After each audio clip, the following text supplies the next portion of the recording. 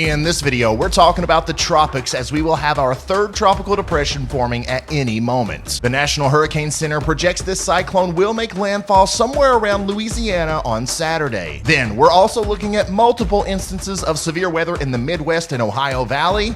The latest models look very interesting. Welcome back, y'all. Ryan Hall here with the weather forecast. Once again, just got a ton of stuff going on, so we're just gonna jump right into it and take a big old look at the United States of America. As you can see, not a lot going on right now except for in Iowa and northern Missouri. We talked about this yesterday, how there was going to be a little mesoscale convective system of storms that was kind of racing down south from southern Minnesota all the way down into Missouri, and it happened. It's just a little bit delayed. It happened a little bit further in the night than what we thought, and that's what we're looking at now. And this is still associated with that same piece of energy that's going to spark a pretty significant severe weather outbreak today in Iowa, southern Minnesota, southwestern Wisconsin, and northwestern Illinois, okay? And then that's going to slide to the south and east tomorrow and affect Indiana and Ohio and possibly even parts of western Pennsylvania. We're going to talk about all that here in a second, but first let's check on our tropical storm, or our soon-to-be tropical depression down here. It's still called Invest 92L right now, central pressure of 1,008 millibars, and the maximum wind speed of a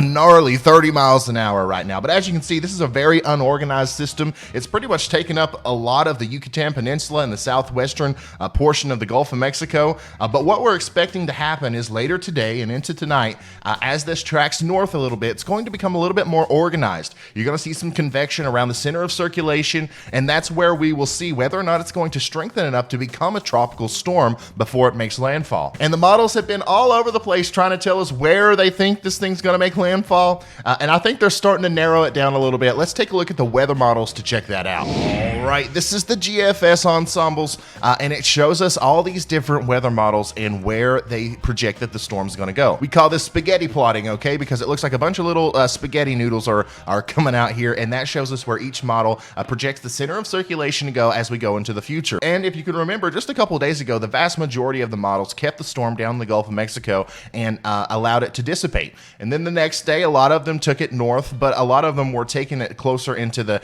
southeastern portions of Texas. And now, as we get closer to the actual time of landfall, which will probably be sometime on late Friday or early Saturday morning, we are starting to get a pretty good cone of uncertainty here, as this looks like the likely track that it's going to take. So pretty much all the models now have landfall in either Louisiana or Mississippi. Now what we've got to talk about, what we've got to focus on, is this going to make landfall as a tropical depression or a tropical storm even, or possibly even a hurricane? That's unlikely, but we've got to watch this storm closely.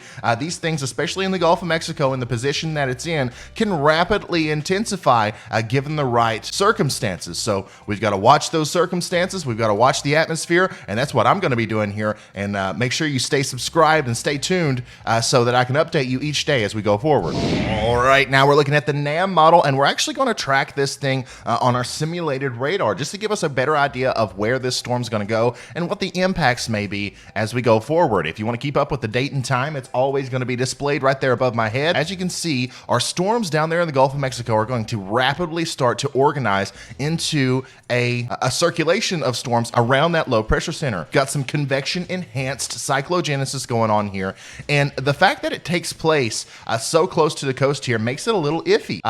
We're still unsure about whether or not this is going to happen or how intensely it's going to happen, because it's happening basically as it approaches land. If this organization would have happened today, for example, where it's a little bit further down into the Gulf of Mexico, this almost certainly would have become a tropical storm or possibly even a low-end hurricane. But the rapid intensification isn't taking place until it starts tracking off to the north. But let's see what the NAM shows. Look at that circulation. You can see it really defined there. We've got landfall right here, I believe, on Saturday around 2 a.m. in southern Louisiana. This is showing a landfall somewhere around Lafayette or Marsh Island. Once again, we're still a couple of days out, so this is going to change a little bit from here to there. But I do believe that if you live in, on the coast of Louisiana or on the coast of Mississippi, even extreme southeastern Texas, closer to Louisiana, Louisiana, you need to be, getting ready for a possible tropical depression or tropical storm to make landfall. Take whatever precautions are necessary for you as we get closer to this, okay? Now, here's something really interesting. As we play this on out, you can see this stream of moisture funneling into the Mobile, Alabama area, so we're going to have probably some pretty significant flash flooding problems there. But watch the center of circulation here as we pull this all the way out into the last frame. It almost becomes more organized as it goes further into land. We've got a well-defined eye of the storm here in Mississippi. The odds of this coming to fruition are low, but it's pretty interesting to see here on the weather models that, this low pressure system continues to deepen and actually intensify after it makes landfall. That's not usually how this works. But we'll watch this closely. It does look like the storm will maintain a pretty good amount of strength as it heads all the way up the southeastern side of the Appalachian Mountains, and that's going to cause a lot of problems with flash flooding in the southeast, and additionally probably some severe weather with some tornado threats as this treks off to the north and east. It just really depends on the timing and what time of day it moves through each area. So let's take a look at those 10-meter wind gusts. This is wind gusts just above the surface. It's showing right around landfall time. We're looking at 50, maybe 60 mile an hour peak wind gusts with maybe some, 34 to 42 mile an hour sustained winds. And, this is just teetering right around the criteria for a tropical storm. So, and also the NAM 3 kilometer tends to be a little strong with these tropical systems. So, the probabilities of this becoming a full-blown tropical storm before landfall are still low, but it's there. And then as you can see, that tracks all, look at that circulation all the way up into Mississippi. That would be really cool to see in real life if we were to get an eye imagine it making it all the way up into the border of Alabama and Mississippi there, what the satellite images would look like. That would be so cool. All right, let's also take a look at this bad boy on the Euro model. This is showing landfall probably somewhere around 8 a.m. on Saturday. So once again, the NAM 3 kilometer shows 2 a.m. The Euro is showing 8 a.m. So we're somewhere in the early morning hours of Saturday. And as you can see, it's pretty intense. We got a 1,004 millibar low pressure system here with just a ton of moisture on the northeast quadrant. I also believe that at this point, there will probably be a pretty decent tornado threat as well. If you live in Louisiana, if you're in the northeastern side of wherever this storm takes or makes landfall, there's going to be a pretty good chance of seeing some cyclonic rotation in the form of tornadoes in any embedded thunderstorm that pops up. If you remember seeing the simulated radar, there was that straight line streaming band of storms that was feeding into the storm. I do believe that, some of those storms could start to form water spouts over water and then eventually tornadoes over land as that storm tracks off to the north and east. And now let's track this thing all the way out and let's watch this. I mean, even the Euro shows it intensifying as it moves into Mississippi. Check that out. We're 1,004, 1,002.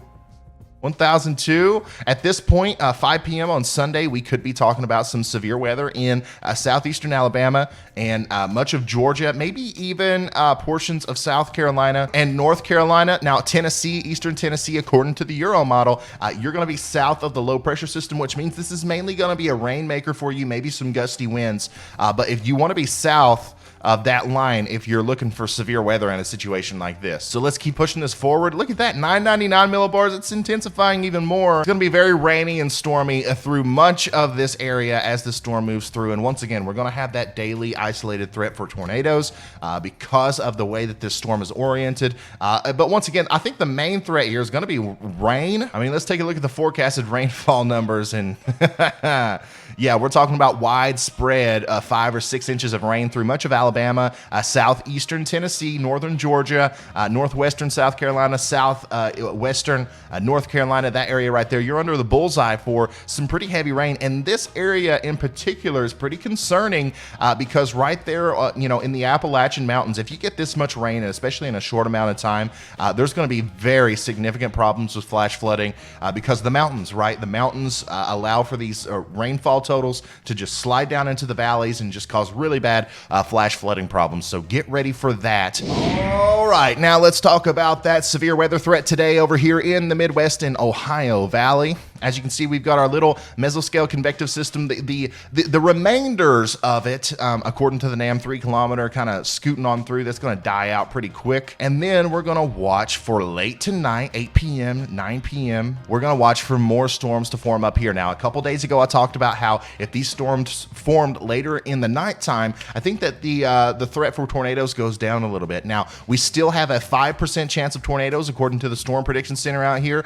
So definitely make sure you have some way of getting weather warnings tonight if you live in Iowa, southern Minnesota, southwestern Wisconsin, and even northwestern portions of Illinois. Make sure you have some way of getting weather warnings because these storms will have the chance of causing some tornadoes, okay? Now, I think one of the main threats is going to be as we get into the early morning hours on Friday is we're going to have a pretty intense little bow echo, once again, another mesoscale convective system of storms pushing through, and this one is likely going to be severe in nature. So severe, in fact, that we may have long track severe thunderstorm warnings that go out, miles in front of the storm, and we also may see some isolated to moderate wind damage from the straight line winds that come out from underneath this storm. So that's going to go through the Des Moines and Cedar Rapids area, and it's going to be going through the tri-state area of Wisconsin, Iowa, and Illinois right at 3 a.m. And then that's going to trek through, and once again, it makes it into the Chicago region around 6 a.m., but at this point, it's going to be pretty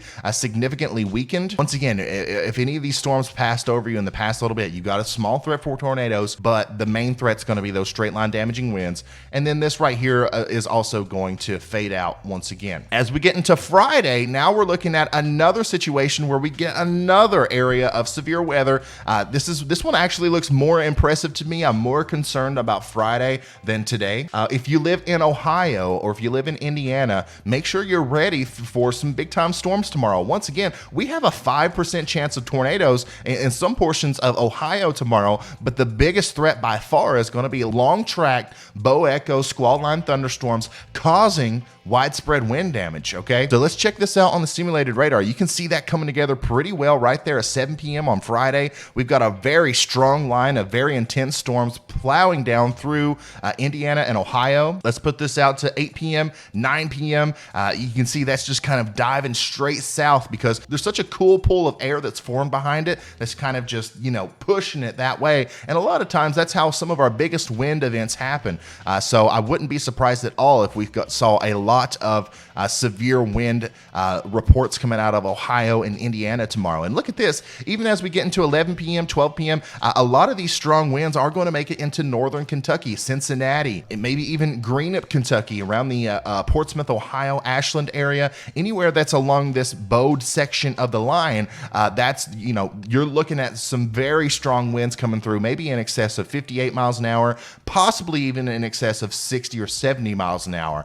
So we definitely have to watch this closely. There's a lot of hot, warm, unstable air for this to interact with, and there's some pretty cool air, forming behind it, especially with the aid from the rain. And it's just the perfect storm for a bow echo or a squall line of storms to move through. These weaken pretty quickly as they head further south into Kentucky, and we've got some back-end convection around St. Louis and central Illinois, but this isn't much to worry about at all. And then as you can see, the next thing we've got to worry about is, once again, down here, the tropical storm or the tropical depression that's going to be coming through, and this will also affect the weather in Kentucky and maybe even Ohio. Rewind it back here, and let's just show you some of the parameters that are coming together to make this severe weather happen. I mean, look at this, guys. We've got 6,000 joules per kilogram of convective available potential energy. This is the amount of fuel in the atmosphere for storms to form, and buddy, there is no lack of it up here where convection will begin to occur in northern Iowa. Check that out. It's literally going to eat that cape up. It's sucking the convective energy into it. And that's why I do think that we're probably going to have some pretty significant problems with wind today as those storms just really don't lack any energy at all. And then boom, it blows up again, 6,000 joules per kilogram of cape right there where they form in Indiana and Ohio. And of course it depletes it as it moves on through. So just a lot of convective energy out there. Something we have not looked at in a while is the significant tornado parameter. And with today's storms that formed, the significant tornado parameter is pretty high, okay? As that line of storms is moving through, there's going to be some pretty good shear in the atmosphere. The lower level jet stream's looking good. The storms will have the ability to create strong updrafts.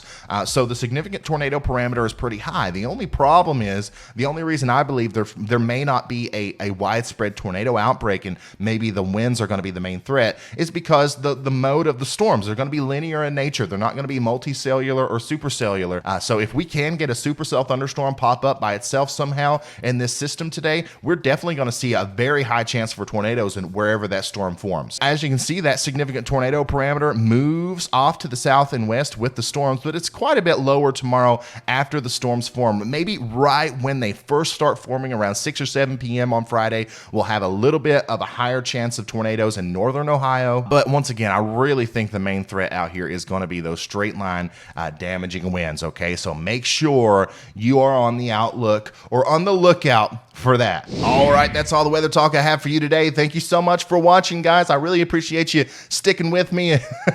Once again, I'm sorry about the absence that we had for the past couple weeks. I've posted for 3 days in a row now, and I'm so happy you guys are still here and still wanting to watch my videos. As long as I'm able, I'm going to keep making them. Make sure you slap that like button, subscribe if you haven't already, and turn those notifications on, and I'll see you in the next one. Goodbye.